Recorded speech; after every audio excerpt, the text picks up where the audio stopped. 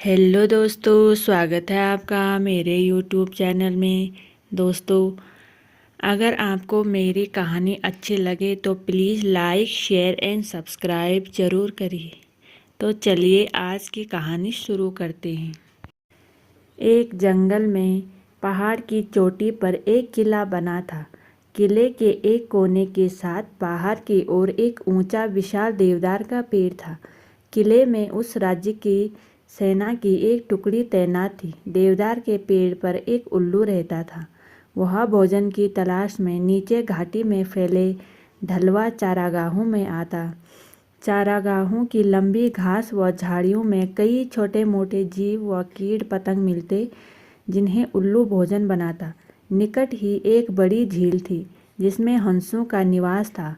उल्लू पेड़ पर बैठा झील को निहारा करता था। उसे हंसों का तैरना व उड़ना बहुत अच्छा लगता था। वह सोचा करता था, कितना सुंदर पक्षी है हंस, एकदम दूध सा सफ़ेद, गुलगुला शरीर, गर्दन, सुंदर मुख व तेजस्वी आँखें। उसकी बड़ी इच्छा होती किसी हंस से उसकी दोस्ती हो जाए। एक दिन उल्लू पानी पीने के बहाने झील के किनारे उगी एक झाड़ी पर उतरा। सामने में ही एक बहुत सुंदर हंस तैर रहा था। तैरता हुआ हंस झाड़ी के निकट आया। उल्लू ने उससे बात करने का बहाना ढूंढा। हंस जी, आपकी आज्ञा हो तो पानी पी लूं, बड़ी प्यास लगी है। हंस ने कहा, मित्र, पानी प्रकृति द्वारा सबको दिया गया वरदान है, उस पर किसी एक का अधिकार नहीं है। उल्लू ने पानी पिया, फिर सिर हिलाया जैसे उसे निराशा हुई हो। हंस ने पूछा, मित्र, तुम असंतुष्ट क्यों दिखाई देते हो? क्या प्यास नहीं बुझी? उल्लू ने कहा, हे हंस, पानी की प्यास तो बुझ गई, पर आपकी बातों से मुझे ऐसा लगा कि आप नीति का ज्ञान सागर हैं। मुझ में उसकी प्यास जाग गई है, वह कैसे बुझेगी?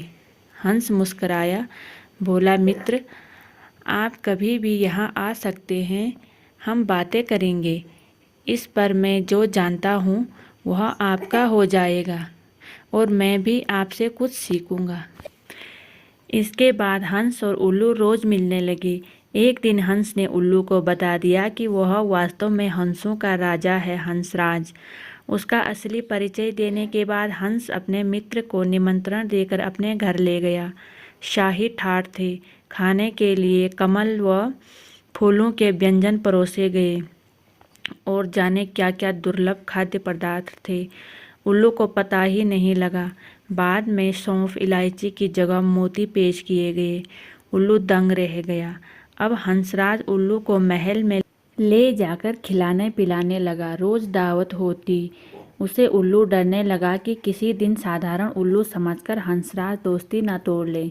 इसीलिए खुद को कंसराज की बराबरी का बनाए रखने के लिए उसने झूठ मूठ का कह दिया कि वह भी उल्लुओं का राजा उल्लुक राज है। झूठ कहने के बावजूद उल्लू को लगा कि उसका भी फर्ज बनता है कि हंसराज को अपने घर बुलाए। एक दिन उल्लू ने महल के भीतर होने वाली गतिविधियों को गौर से देखा और उसके दिमाग में एक युक्ति आई। उसने दुर्ग की बातों को खूब ध्यान से समझा, सैनिकों के कार्यक्रम नोट किए, फिर वह चला हंस के पास। जब वह झील पर पहुंचा तो हंसराज कुछ हंसनियों के साथ जल में तैर रहा था। उल्लू को देखते ही हंस बोला, मित्र, आप इस समय?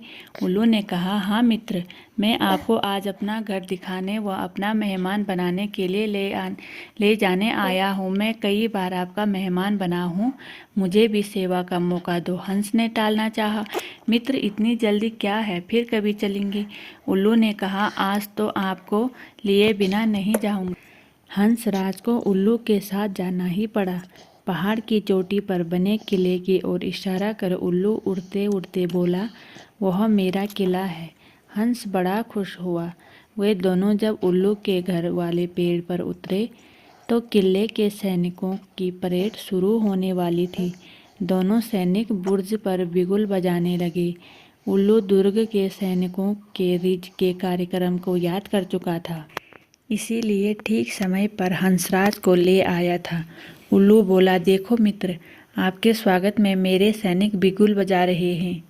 उसके बाद मेरी सेना परेड और सलामी देकर आपको सम्मानित करेगी। नित्य ही यह परेड हुई और झंडे को सलामी दी गई। हंस समझा सचमुच उसी के लिए यह सब हो रहा है। हंस ने गदगद होकर कहा, धन्य हो मित्र, आप तो एक शूरवीर राजा की भांति ही राज कर रहे हो। उल्लू ने हंसराज को रौब डाला। मैंने अपने सैनिकों को आदेश दिया है कि जब तक मेरे परम मित्र राज हंसराज मेरे अतिथि हैं तब तक इसी प्रकार रोज बिगुल बजे और सैनिकों की परेड निकले। उल्लू को पता था कि सैनिकों का रोज का काम है, दैनिक नियम है। हंस को उल्लू ने फल, अखरोट व वनफास्ट के फूल खिलाई। उनको वह पहले ही जमा कर चुका था। भोजन का महत्व नहीं रह गया। सैनिकों की परेड का जादू अपना काम कर चुका था।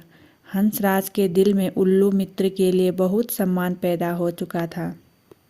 उधर सैनिक टुकड़ी को वहां से कूच करने के आदेश मिल चुके थे। दूसरे दिन सैनिक अपना सामान समेटकर जाने लगे तो हंस ने कहा, मित्र देखो, आपके सैनिक आपकी आज्ञा के लिए बिना ही कहीं जा रहे हैं। उल्लू हड़बड़ाकर बोला, किसी ने उन्हें गलत आदेश दे दिया होगा, मैं अभी रोकता हूँ। ऐसा कहे वह हूँ करने लगा। सैनिकों ने उल्लू का हूँ सुना व अपशगुन समझकर जाना कैंसिल कर दिया। दूसरे दिन फिर वही हुआ। सैनिक जाने लगे तो उल्लू हूँ करने लगा। सैनिकों के नायक ने क्रोधित होकर सैनिकों को मनहूस उल्लू को तीर मारने का आदेश दिया। एक सैनिक ने तीर छोड़ा। तीर उल्लू के बगल में बैठे हंस को लगा। वह तीर खाकर नीचे गिरा और फड़फड़ाकर मर गया। अब उल्लू उसकी लाश के पास बैठकर रोने लगा। हाय, मैंने अपनी झूठी शान के चक्कर में अपना परम मित्र खो दिया। धिक्कार है मुझ पे। उल्लू को आसपास की खबर से बेसुध होकर रोते देखकर एक सियार उस पर झपटा और उसका काम तमाम कर दिया। तो दोस्तों, इस कहानी से हमें ये सीख मिलती है कि झूठी शान बहुत महंगी पड़ती है। कभी भी झूठी शान के चक्कर में मत पड़ो।